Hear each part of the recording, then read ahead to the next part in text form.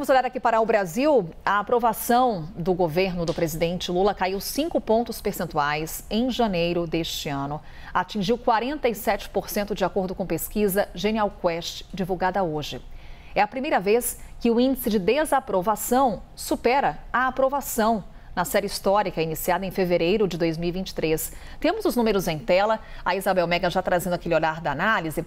Mas, Isabel, até para contextualizar aqui nossa conversa, colocar em tela para a gente a pesquisa Quest, que foi realizada agora em janeiro, da avaliação do governo do presidente Lula. Temos os números aí em tela para a nossa conversa com a Isabel?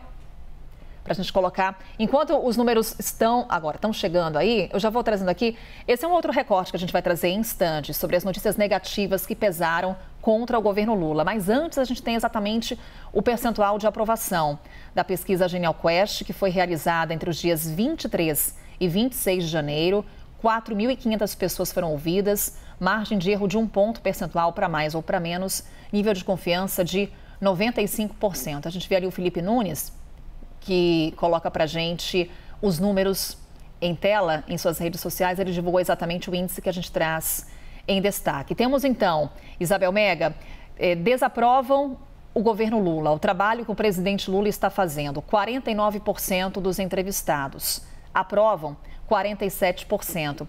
E aí nessa trajetória, Isabel, fica muito claro exatamente o que a gente colocava no início aqui da nossa conversa, que é, pela primeira vez, a desaprovação superando a aprovação do governo. 49% dos entrevistados nesse levantamento, agora em janeiro, desaprovam o governo, o trabalho que está sendo feito pelo governo Lula. Temos outro ponto, Isabel, com relação à sensação do brasileiro no que se refere aos preços aqui no Brasil. A gente também consegue colocar em tela para ilustrar a análise da Isabel com relação ao preço dos alimentos, dos combustíveis, contas de água e luz.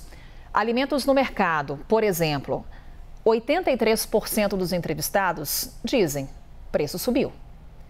Combustíveis nos postos de gasolina, 57% dos entrevistados também dizem que o preço subiu. Contas de água e luz, 62%. E aí, principalmente, Isabel, essa trajetória que a gente percebe ascendente da percepção do brasileiro com relação ao preço dos alimentos. O quanto que essa percepção do brasileiro sobre o que ele está pagando, o que está pesando no bolso, também reflete nessa desaprovação ao governo Lula.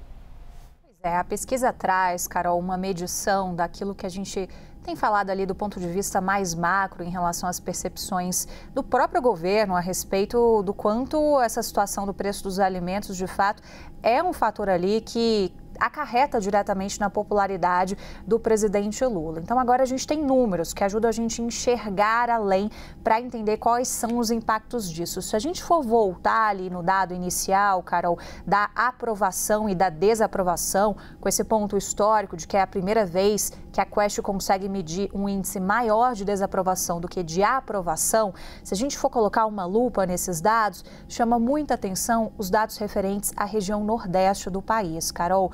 Houve uma queda de quase 10 pontos percentuais em relação à região Nordeste e também uma piora de aprovação aparece forte ali no eleitorado que tem renda baixa.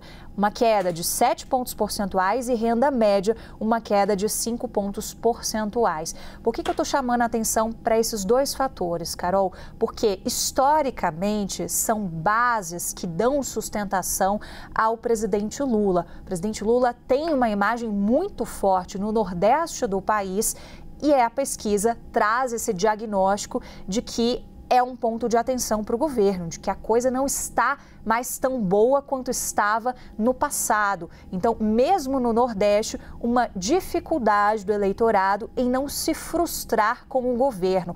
A pesquisa retrata muito isso, Carol. Essa desaprovação traz por trás uma frustração que esse eleitorado tem no mapeamento que foi feito pela Quest. Frustração, sobretudo, diante das notícias que circulam, que são mais negativas do que positivas na avaliação das pessoas pessoas que foram escutadas ali durante essas entrevistas para a pesquisa Genial Quest. Então, são notícias que mexem, inclusive, com o dia a dia das pessoas, a exemplo da questão da alimentação. Você estava citando, acho que a gente pode... É exatamente essa tela que eu queria tocar, porque fala não só da questão do preço dos alimentos, mas também de pontos que são sensíveis e que estão no radar do governo, de expectativas ali em relação àquele potencial de notícias que podem representar mais revés ali para o governo. Por exemplo, preço dos combustíveis. Essa também é uma questão sensível e que já está ali no radar do governo,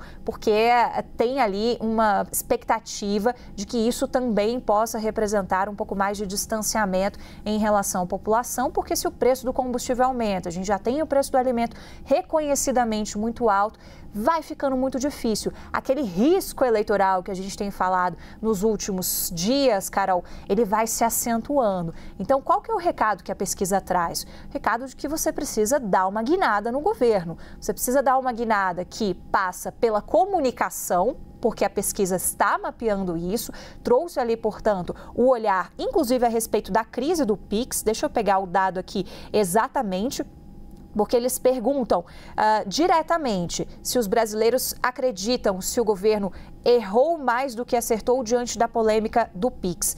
Para 66% das pessoas que foram ouvidas, o governo brasileiro errou mais. E 11%, essa tela a gente pode colocar aqui para preencher também, 11% das pessoas fazem essa relação de notícias negativas nessa rodada da Genial Quest em relação a esse possível monitoramento do Pix. Se a gente for lá para a questão de novo do preço dos alimentos, Carol, olha só, uma coisa que de fato não chegou a ser considerada pelo governo. O governo desmentiu muito rapidamente essa questão da validade dos alimentos, se haveria ou não a intenção de se estender esse prazo, mas ainda assim isso foi mapeado também pela pesquisa e mostra que isso também está chegando nas pessoas. Essas ideias que são ventiladas, elas chegam nas pessoas de alguma forma, ainda que não haja martelo batido, ainda que o governo trabalhe ali muito rápido para descartar algumas dessas medidas, isso não está chegando efetivamente para as pessoas.